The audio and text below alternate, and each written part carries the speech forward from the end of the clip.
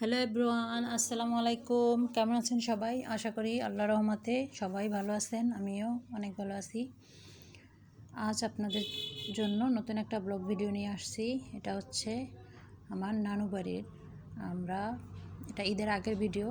আমার বোন চলে যাওয়ার পরে আমরা সবাই যখন ছিলাম বাড়িতে, সবারই মন টন খারাপ ছিল এবং আমার নানু খুবই অসুস্থ ছিল। তাই আমরা চিন্তা করলাম সব বোনেরা যখন এক জায়গায় আসি, নানুকে গিয়ে একটু দেখে আসি। তাই নানু বাড়ি চলে আসলাম। আমরা 2টা অটো নিয়ে আসছিলাম, কারণ আমরা মানুষ অনেক বেশি ছিলাম, প্রায় 13-14 জনের মতো।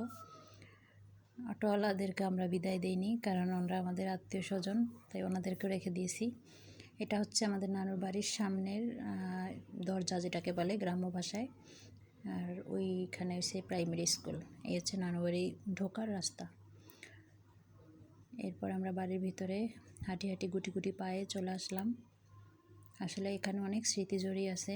আমার ছোটোবেলা, শৈশবটা আমি অনেকটা, প্রায় 4 বছর আমি এখানে কাটাইছি। আমরা প্রায় 2-3 বছর পরে আসলাম নানু বাড়ি। সব কিছুই পরিবর্তন। এটা হচ্ছে আমার নানু বাড়ির বিড়াল। ওর নামও নাকি জেরি রাখছে। তো তারপর ওদের সাথে আমি একটু মজাও করলাম যে আমার বিড়ালের নাম জেরি, তোমরা কেন জেরি রাখছো? ওদের নাকি জেরি নামটা অনেক পছন্দ, তাই ওরা ওই নামই রাখছে। যাক, সমস্যা নেই। এরপরে বাড়ির ভিতরে ঢুকলাম। চিরচেনা সেই পরিচিত উঠান, গাছপালা। আসলে আমরা যখন ছোট ছিলাম তখন এরকম ছিল না। সব কিছু এখন পরিবর্তন হয়েছে। তখন তো কাঠের ঘর ছিল সবার। ডিজিটাল যুগ এবং সময়ের যুগের তালে তালে সবাই একটু পরিবর্তনশীল। প্রত্যেকটা মানুষই, তারা সবাই একটু স্বাচ্ছন্দ্যভাবে এবং ভালোভাবেই থাকতে চায়। সবারই ঘর বাড়ি সব কিছুই পরিবর্তন হয়েছে। এটা হচ্ছে আমার নানু বাড়ির ঘরের ভিতরে। সবাই, কেউ সামনে দিয়ে ঢুকছে, কেউ পিছন দিয়ে ঢুকছে। আসার পরে আমাদের লেবুর শরবত খাইতে দিছে।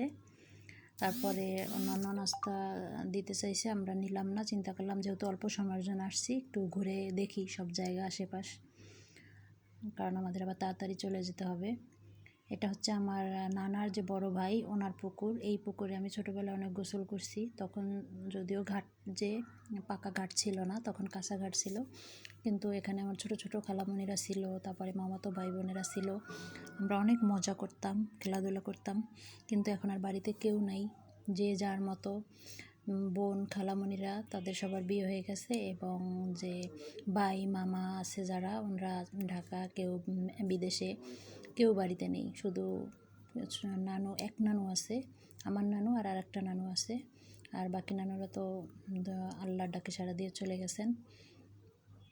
এবং আরেকটা নানা আছে, আমার নানার ছোট ভাই।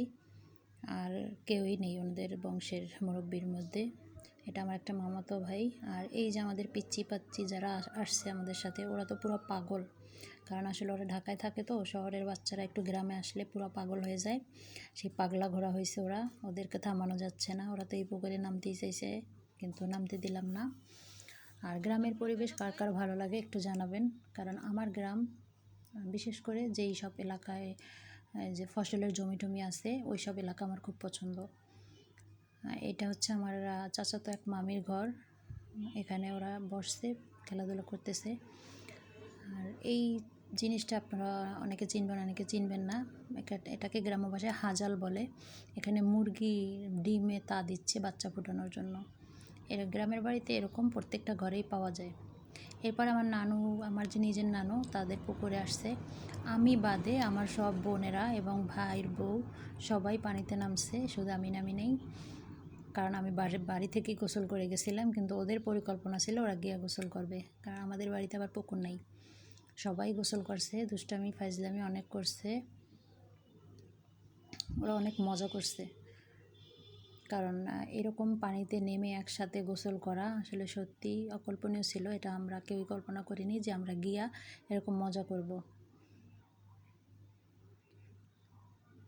অবশেষে গোসল করা শেষ করছে, সবাই গোসল করছে। এরপরে খাবার, এই যে ডিজিটাল একটা বাচ্চা খাইতে বসছে, যে মোবাইল ছাড়া খেতে পারে না। সে এক সাইডে মোবাইল রাখছে, এক সাইডে ভাত। 1 ঘন্টা বসে ভাত খাইছে আজকে। যাই হোক, খাওয়া দাওয়া শেষ করে আমরা একটু রেস্ট করলাম। রেস্ট করে তারপরে রওনা দিতে হবে আবার, কারণ সন্ধ্যার আগে বাড়ি ফিরতে হবে। এরপর আমার ভাইয়ের যে শ্বশুরবাড়ি বাটাজোর, সেখানে যেতে হবে। ও আরেকটা কথা, আমরা যে এখানে আসছি এই জায়গাটার নাম হচ্ছে শিকারপুর। যারা বরিশালে থাকেন তারা হয়তো চিনতে পারবেন। আর আমার ভিডিওটা যদি কারো ভালো লাগে তাহলে একটা লাইক দিবেন আর সুন্দর একটা কমেন্ট করবেন। হচ্ছে আমার ভাইয়ের ছেলে, ওর নাম ওমর। আমরা তারপরে আবার ভাইয়ের শ্বশুরবাড়ি রওনা দিলাম। আসলে আজকের ওয়েদারটা খুব ভালো ছিল, পরিবেশটা খুব ঠান্ডা ছিল।